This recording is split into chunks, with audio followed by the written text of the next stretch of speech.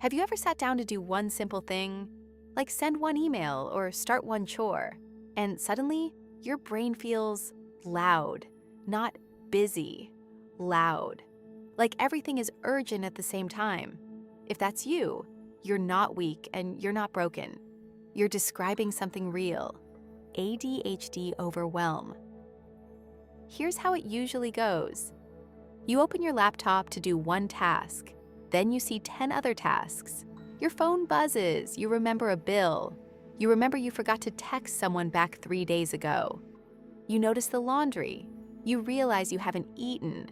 And instead of your brain sorting it, your brain stacks it. Then your body hits pause. You might even look calm on the outside. On the inside, it feels like your mind is a browser with 50 tabs open, and none of them tells you which tab to click first. ADHD overwhelm is what happens when your executive function system gets overloaded. Executive function is your brain's do the thing system, starting, planning, prioritizing, shifting gears, and finishing. And ADHD is not a character flaw. It's not laziness, it's not a lack of caring. ADHD is largely about regulation, regulating focus, motivation, prioritization, and emotional response. Picture this. A lot of people have a simple switch. One task, one switch, flip it, start. ADHD can feel like a control panel covered in blinking buttons, and they all flash at once. Reply to that email. Start the assignment. Make the appointment. Call your mom back. Drink water. Fix your entire life. And the problem is not that you don't know what matters. The problem is that your brain doesn't automatically rank the buttons by urgency. Everything shows up at the same volume. The prefrontal cortex helps you organize, initiate, and follow through. That system depends on chemical signals like dopamine and norepinephrine to help filter and prioritize. In ADHD, those signals can be inconsistent. So instead of start here, your brain gets everything is important. When your brain gets flooded with competing signals, it does what overloaded systems do. It freezes. That freeze is not quitting, it's overload. This is the moment where you stand up to clean, then somehow end up sitting on the bed scrolling. Open your inbox and your chest tightens.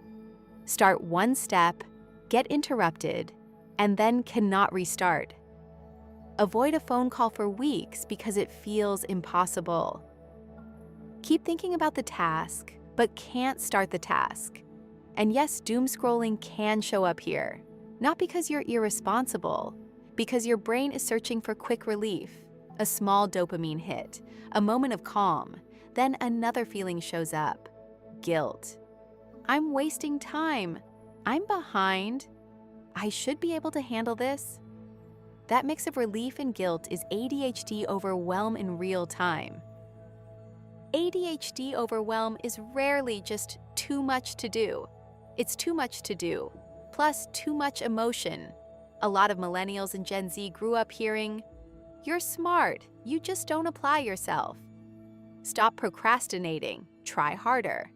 Those messages create shame. Shame does not create focus. Shame shuts down motivation and clarity. So the loop becomes overload, freeze, shame, more overload. If you've been masking, smiling, acting fine, while your brain is spiraling inside, that's common too. Masking takes energy, and overwhelm shows up faster when you're already depleted. This is also why ADHD overwhelm has become such a huge conversation recently. 1. More adults are getting diagnosed. The American Psychiatric Association notes research showing new adult ADHD diagnoses increased from 2020 to 2023, and awareness and pandemic-era disruption are part of the story. Many people are realizing, oh, this wasn't me being lazy. This has a name. APA. 2. Medication routines have been stressful for a lot of people. The DEA has issued quota adjustments and new quota orders in recent years, and even when supply issues are not identical everywhere, many patients have experienced uncertainty around refills and pharmacy availability. that refill anxiety alone can amplify overwhelm because it disrupts routines. 3. Adult ADHD can get missed, especially in people who mask symptoms well. They often get treated for anxiety or depression first, then later discover ADHD has been a big part of the picture. That late realization can be both relieving and emotional. So what helps when you're overwhelmed? Not pushing harder.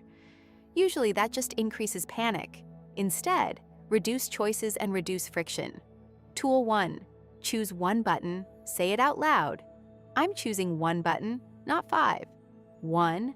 Examples. Open the email. Put one dish in the sink. Stand up. Drink water. Put the trash bag by the door. Tool 2. Make it smaller than you think it should be.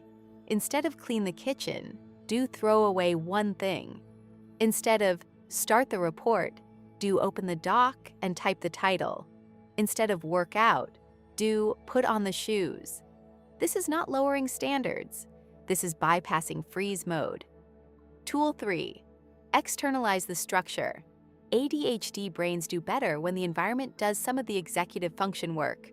A 2-minute timer, a 3-item list, not a 30-item list. A body double, someone quietly working Radamu in person or on video. Calendar reminders that repeat, one landing spot for keys, wallet, meds. Your goal is not to become a different person. Your goal is to build a system that supports your brain. Overwhelm is not only mental, it's nervous system activation. If your body is in threat mode, your brain will not logic its way into productivity. Try one quick reset.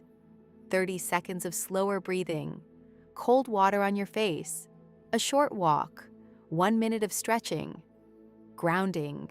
Name 5 things you see, 4 you feel, 3 you hear. This is why mindfulness and somatic approaches can be helpful alongside clinical treatment. You are not too sensitive. Your system is overloaded. If ADHD overwhelm is frequent, intense, or impacting school, work, relationships, or self-esteem, you deserve more than hacks. A good evaluation looks at symptoms, history, and day-to-day functioning. It also checks for things that can mimic or stack with ADHD, like anxiety, depression, trauma, sleep problems, and burnout. Treatment is not one size fits all.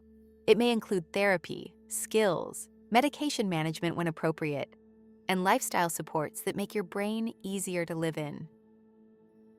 If you're in California or Texas and you want real support, SavantCare provides same-week telehealth psychiatry and therapy for ADHD, anxiety, depression, and more. SavantCare also combines medical psychiatry with somatic yoga therapy, and yoga therapy is included at no cost for patients. You can book online or book a free 15-minute call with a care coordinator to talk through your options. Call or text 866-499-2588. And if this video felt familiar, comment one button you're choosing today. Just one. That is how you move through ADHD overwhelm. If you're in crisis or thinking about harming yourself, call or text 988 in the US or go to your nearest emergency room.